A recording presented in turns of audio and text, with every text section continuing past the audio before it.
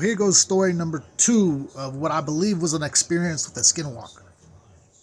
So once again, I'm up at night because I work nights, right? So I normally don't get up till the afternoon. I normally don't go to bed till somewhere between 5 and 7 in the morning, 5 and 8 in the morning, something like that. Just depends.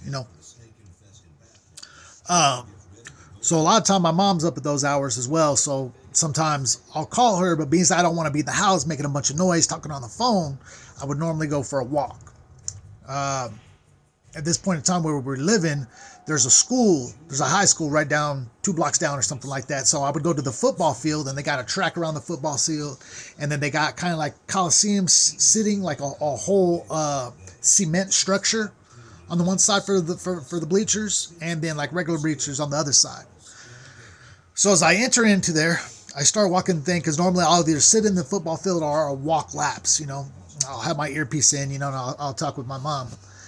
And a lot of the time when I call my mom, she doesn't always answer when I call, but she'll call me back.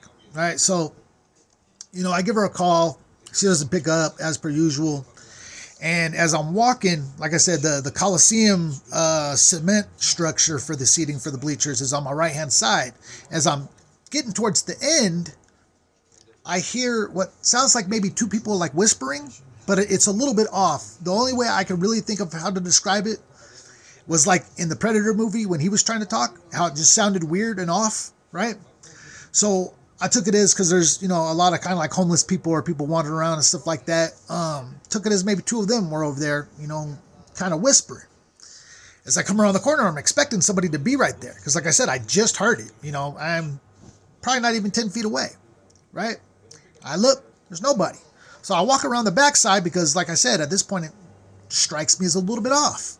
Plus, like I said, the voices were, but I know there was somebody right there. And it's like, what are they going to do? Take off running? Right?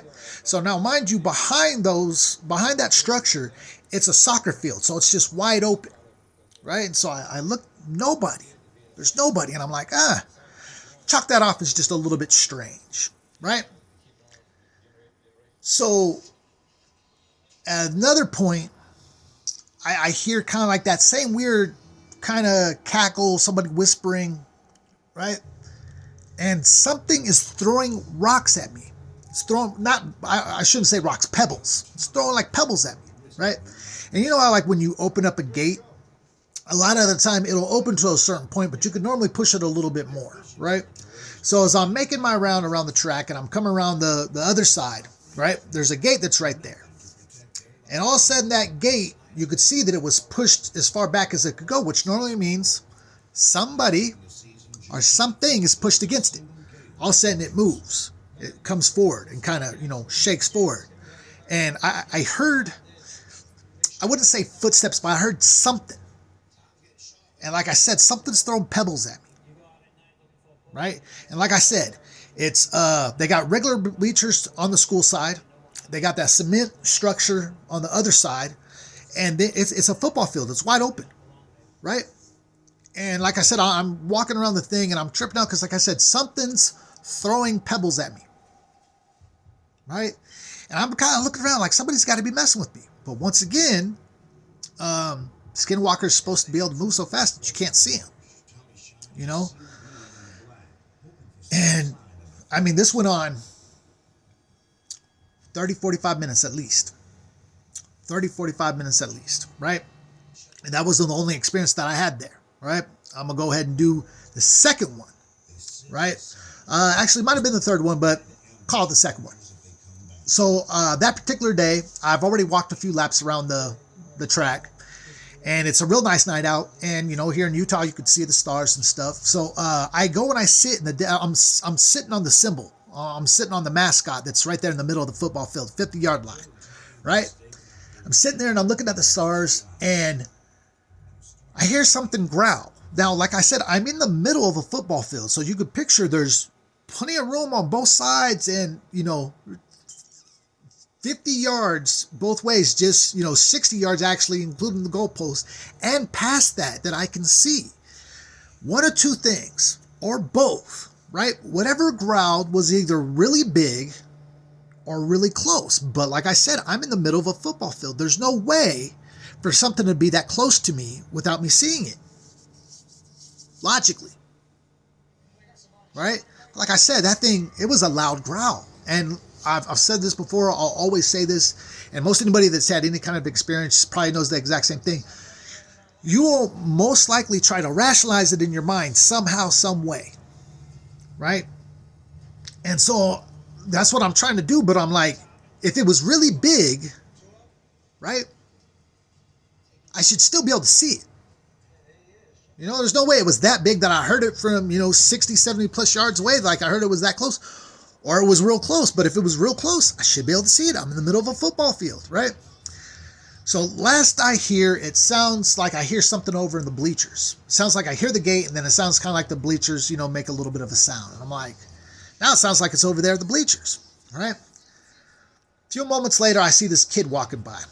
He's walking by the bleachers, right? The ones that are connected to the school, the actual bleachers, not the cement structure. So those ones you can get underneath.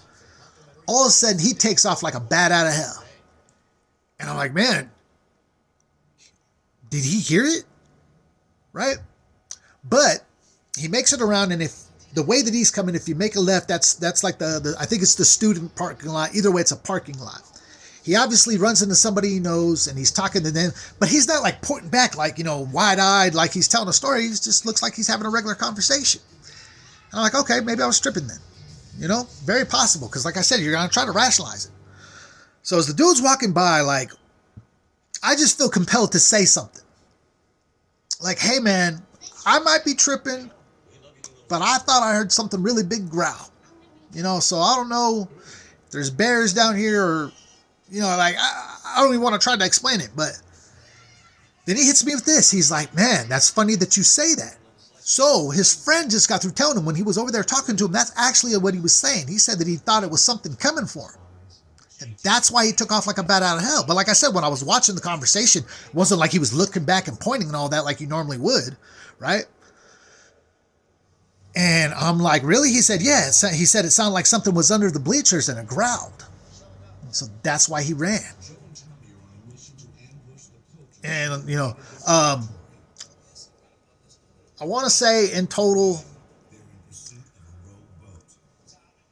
I had about 4 experiences at that school. The one time I was actually sitting on the cement structure, the Coliseum bleachers or whatever you want to call them. And it was like something was running laps. But you can't see nothing.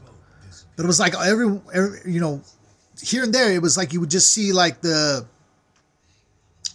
kick up. Like you would if somebody was running, but nothing there. So, yeah, I mean, like I said, it's my understanding that the werewolves are fast, but I don't believe that they're supposed to be that fast that like you can't see them move, Vampires, yeah, but the thing is, for me, the way that I thought of it was the first one that I saw, like I said, it was obviously a dog, but then I realized that dog's standing up on its hind legs, not a big deal, but standing up on its hind legs and reaching its nose up, that branch is, like I said, I want to say 9, 10 feet off the ground, but I'm going to go ahead and say 8, 9. And still for its nose to be right there at 8 foot, you're talking about an over 6 foot, like a humongous dog. Just like I said, logically, it might no sense either way you cut it. At this point in time, like I said, it was the weird kind of cackle. I want to say it was similar to like when the Predator was trying to talk, how it could kind of talk, but you could tell it was weird. Or like when Bumblebee's like flipping through it. That's the only thing. That's the closest thing I could think of how to explain it.